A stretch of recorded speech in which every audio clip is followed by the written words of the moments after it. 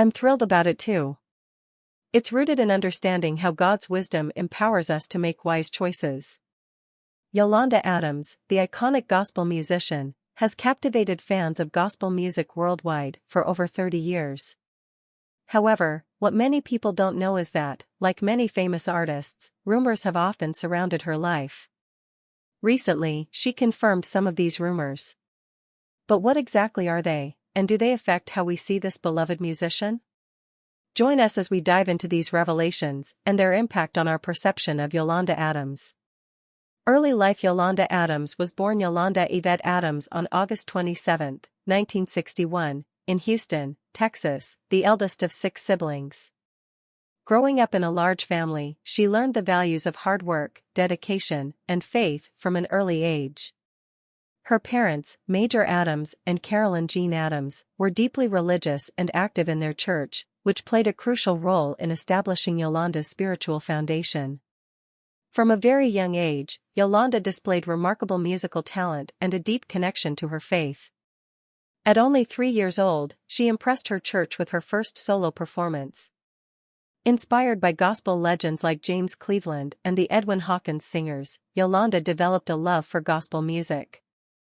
Her mother, a classically trained pianist, also introduced her to jazz, classical, and R&B, which contributed to Yolanda's unique sound and broad appeal.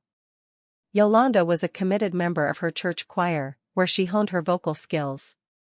Her powerful voice made her a standout, often leading to solo performances that resonated with the congregation. These early years ignited Yolanda's passion for music and her desire to inspire others. She attended Sterling High School in Houston, known for her academic achievements and involvement in extracurricular activities. At 13, her father passed away, a profound event that pushed her to seek solace in gospel music. She joined the Southeast Inspirational Choir, where she found comfort and direction. Despite her growing music career, Yolanda remained dedicated to helping her mother care for her younger siblings.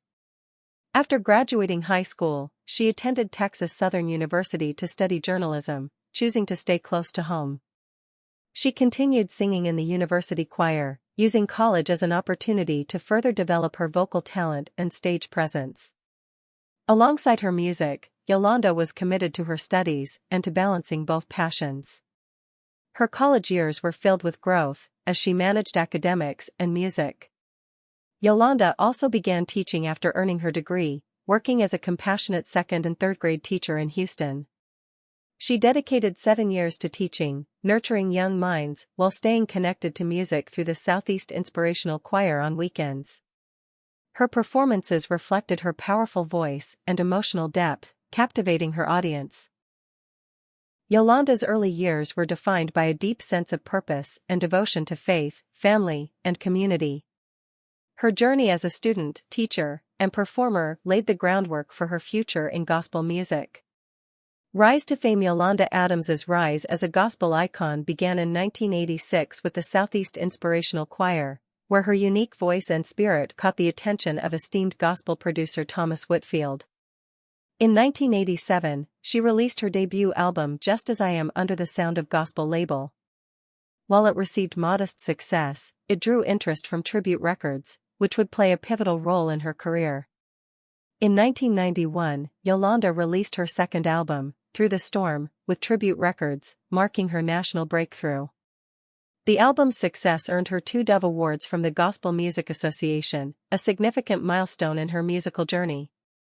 Yolanda's rising popularity led to appearances on major television shows like The Tonight Show and The Arsenio Hall Show, which helped her reach a wider, mainstream audience. Despite her passion for teaching, Yolanda faced a pivotal moment as her musical career flourished, making it increasingly challenging to balance both paths. Around this time, she made the tough choice to leave teaching and fully dedicate herself to her music ministry. From early on, Yolanda demonstrated her willingness to push the boundaries of traditional gospel music. Her 1993 album Save the World showcased her experimental spirit, blending genres like jazz, R&B, and Latin music. This bold move proved successful, with the album climbing the charts and allowing her to transcend traditional gospel music and appeal to a broader audience. By 1995, her album More Than a Melody solidified her reputation as a trailblazer in gospel music. It highlighted her impressive vocal range and versatility, drawing on diverse musical influences. Songs like The Good Shepherd incorporated jazz elements, while Got to Have Love featured rap influences, showcasing her creativity. This eclectic style resonated with listeners beyond the gospel scene, earning her airplay on urban contemporary and jazz radio stations, as well as gospel stations. One of Yolanda's most groundbreaking moves came in 1998 when she signed with Elektra Records, a major secular label. This decision stirred some controversy within conservative gospel circles, as some worried she might lose the faith-based essence of her music. However, Yolanda remained committed to her mission, reassuring fans that her shift to Elektra was not about compromising her spiritual message, but rather about expanding her audience. Before her debut with Elektra, she released one last album with Verity Records, formerly Tribute Records, titled Songs from the Heart. The album was an ambitious project that reimagined 10 classic church hymns with modern R&B, jazz, and hip-hop sounds, once again bridging traditional gospel with contemporary music. In the early 2000s, Yolanda Adams' career reached new heights with her debut album under Elektra, Mountain High, Valley Low, which was widely acclaimed. Elektra's strong promotion across gospel, R&B, and adult contemporary stations significantly broadened her reach. Her efforts were rewarded when she won her first Grammy for Best Contemporary Soul Gospel Album in 2000. The album's lead single, Open My Heart, produced by the renowned duo Jimmy Jam and Terry Lewis, became a major R&B hit, combining deeply personal, faith-centered lyrics with a mainstream appeal. Following this breakthrough, Elektra capitalized on Yolanda's momentum by releasing 3 more albums in quick succession. The first, a holiday album titled Christmas with Yolanda Adams, was released in late 2000, blending gospel with festive carols. In March 2001, she released The Experience, a live album recorded during the Sisters in the Spirit tour, featuring collaborations with other notable gospel artists and a memorable cover of R. Kelly's I Believe I Can Fly, which became a fan favorite. Later in 2001, she released Believe, another ambitious project that once again bridged gospel and mainstream R&B.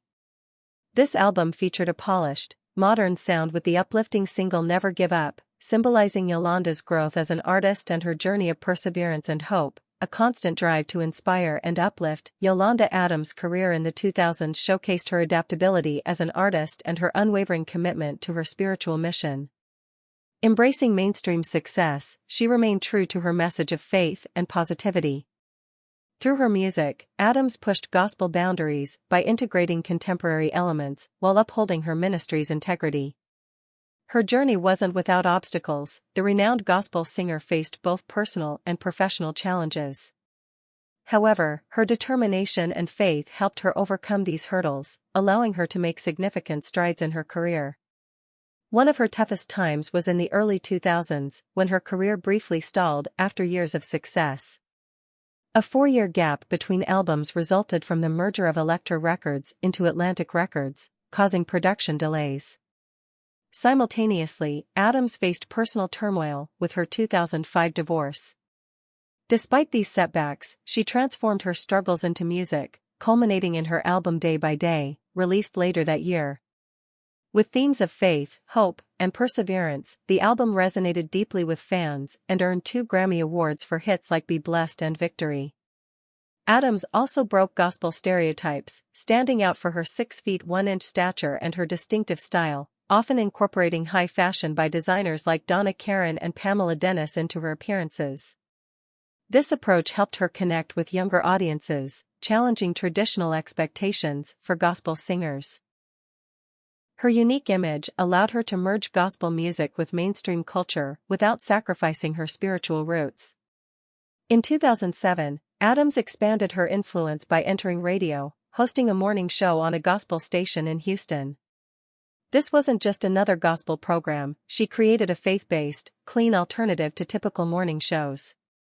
The program quickly gained popularity, eventually syndicating across the Radio 1 network and reaching audiences in over 12 cities. By its second year, the show aired in 26 radio markets across the U.S. With her co-host Marcus D. Wiley, who added humor and depth, Adams' show ran successfully for a decade, ending in 2016. However, her voice soon returned to the airwaves when her show relaunched on Texas Southern University's KTSU-FM in 2019. Adams' music career continued to thrive alongside her radio success. After leaving Atlantic Records, she released a greatest hits album as a closing chapter before signing with Columbia Records. She believed Columbia, which included powerhouse artists like Beyoncé and Adele, could provide the vocal and artistic support she needed. This transition aligned her with a label that appreciated her remarkable voice and artistry. Her talents continued to shine through memorable performances and collaborations. In 2007, she delivered a stirring performance at a star-studded gospel concert at Madison Square Garden. Her rendition of "Someone Watching Over You" received high praise, with critics like the New York Times' John Caramanica comparing her improvisational style to a preacher delivering a sermon, admiring her ability to captivate audiences with powerful, moving performances. Adams's talent for building emotional crescendos and then seamlessly returning to the song's main theme shone the same year she released her Christmas album, "What a Wonderful Time," produced by the iconic duo Jimmy Jam and Terry Lewis.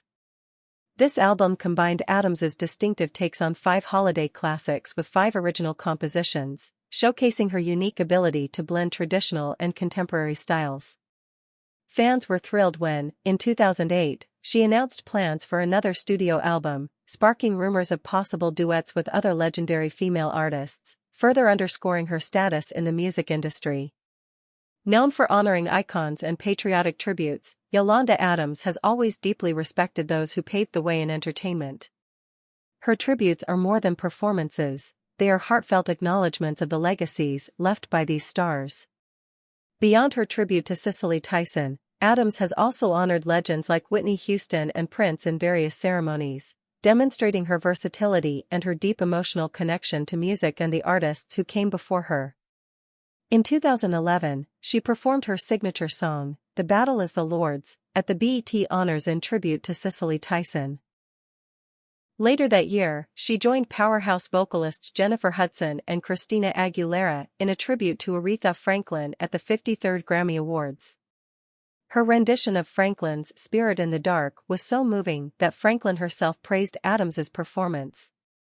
Adams has publicly expressed her profound respect for artists like Aretha Franklin and Whitney Houston, often paying tribute to their legacies. Her renditions of their songs, along with her heartfelt acknowledgments in interviews, highlight the significant impact they've had on her musical journey. In 2018, Adams took on a prominent role as host and performer at the Grammy Salute to Music Legends, where she honored Neil Diamond's extensive contributions to music, showcasing her ability to celebrate artists across genres. Her performance underscored her admiration for Diamond's work and her dedication to honoring musical excellence. She also paid tribute to Patti LaBelle, another influential figure, and recognized R&B legend Anita Baker's contributions at the 2019 BET Awards, where Adams captivated the audience with her rendition of Baker's "You Bring Me Joy." This performance celebrated Baker's enduring legacy and influence on the music world. Through these tributes, Yolanda Adams not only honors these iconic artists, but reinforces her own position as a respected and versatile performer. Her ability to pay homage to such a diverse range of musicians highlights her deep appreciation for music and her commitment to celebrating its rich history. Beyond her musical accomplishments, Adams has also displayed patriotism through performances at national events, including the National Memorial Day concert in Washington, D.C., in May 2011. This performance served as a tribute to U.S. soldiers and showcased her ability to use her voice not only for entertainment but also for national commemoration.